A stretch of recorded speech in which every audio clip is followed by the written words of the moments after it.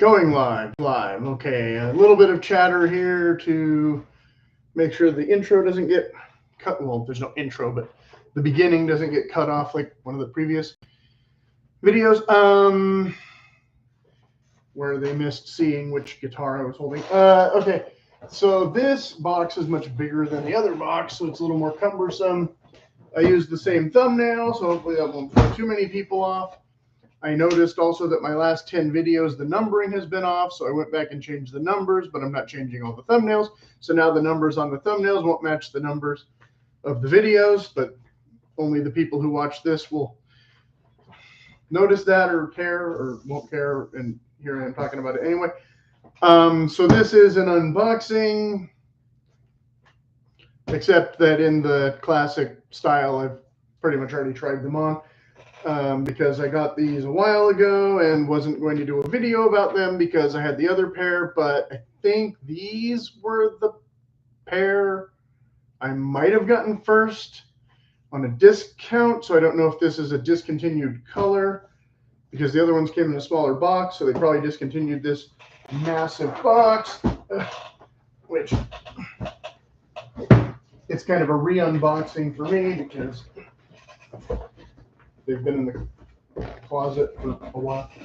And now it's finally almost autumn temperatures to where I can wear something like cowboy boots. Okay, so where can we put this where it'll display? Oh. Move that. And it'll look all spiffy like usual. Except this box is a bit more damaged. I didn't do that. And what does it say on the side here? Just Brandy Maverick.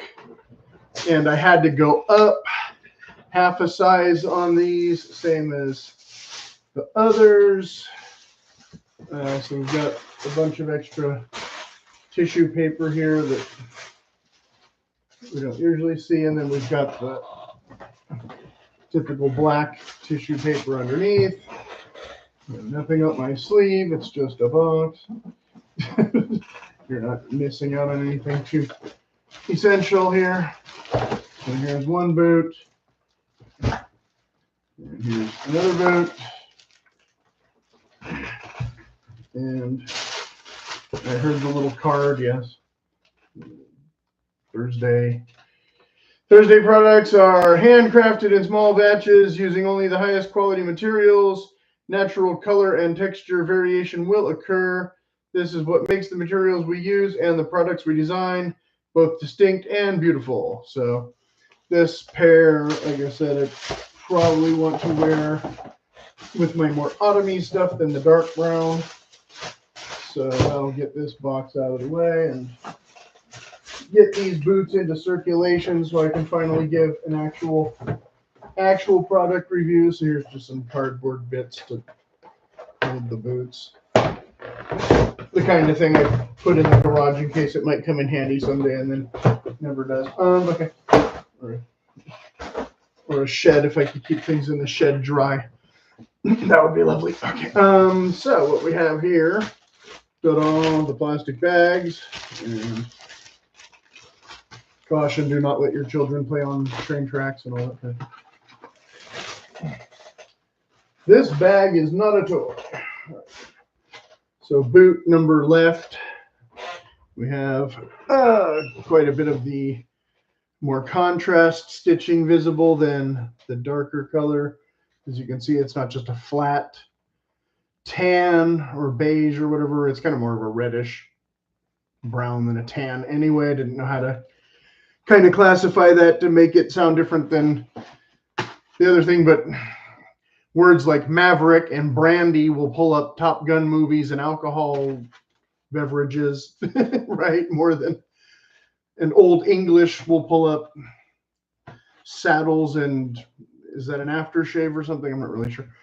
Well, I'm thinking of Old Spice. I'm not sure what Old English. But anyway, so there's this shaft doohickey to hold that in place. And down in the shaft, of course, we have no laces and no real freebies. I don't suppose most guys use shoe trees with cowboy boots. You probably should, but finding some that will fit might be a challenge, where they actually squeeze in exactly with the more narrow toes and things. Alan Edmonds was the one that had the narrower shoe trees that I got lucky with for one of my pair of shoes, but I don't know if they'd be long enough to fit in this. So I might order some from them and see how they do, and then if they don't work with this, I can still put them with something else. And they weren't too bad. So we have the kind of glove lining. And if you can see down the shaft, and then we have the foam insole. You can see the Thursday kind of logo upside down. It's almost impossible to get the shadow and the light and the shaft to cooperate. So that's, yeah. Why it was working when it was upside down, I don't know, but we'll have to do it kind of sideways. So this time we do have kind of a full insole instead of some of the half sock liners that you get with some of the other companies. Like I had just done the Packer video, which is similar to a cowboy boot in the, you can select different toe shapes, but I got a little bit less narrow, but still kind of an almond shape. But I didn't end up getting any of the toe bug stitching here, which of course may compromise the integrity of your waterproofing or whatever, blah, blah, blah. But it's, supposed to help this with the flex a little bit, and it looks cool. And then this stitching up the shaft is pretty much strictly for looks. I assume this is all leather and not like some of the other boots like Laredo's and Tony Lama or Ariat or whatever, where this might be synthetic and this might be leather or vice versa. Or if you're buying boots for less than $100, it's pretty much all synthetic. So we got the pull tabs on the side. If I can get my fingers to go where the camera will see them. Some boots will have two holes here, kind of a traditional look. The newer boots by a lot of companies will have the square toe, and some will have a snip toe. I imagine the square toe are a little bit wider through here, so maybe a little more comfortable for all day in a saddle or whatever, but I'm likely not riding any horses in these. So we have a leather outsole with a rubber heel cap and the Thursday logo and some stitching there. Basically the same as the previous boot, standard saddle heel. There's a bit of a curve here, but I'm doubting that means any extra arch support. I'm sure that's more of an aesthetic thing. There's this stitching along here that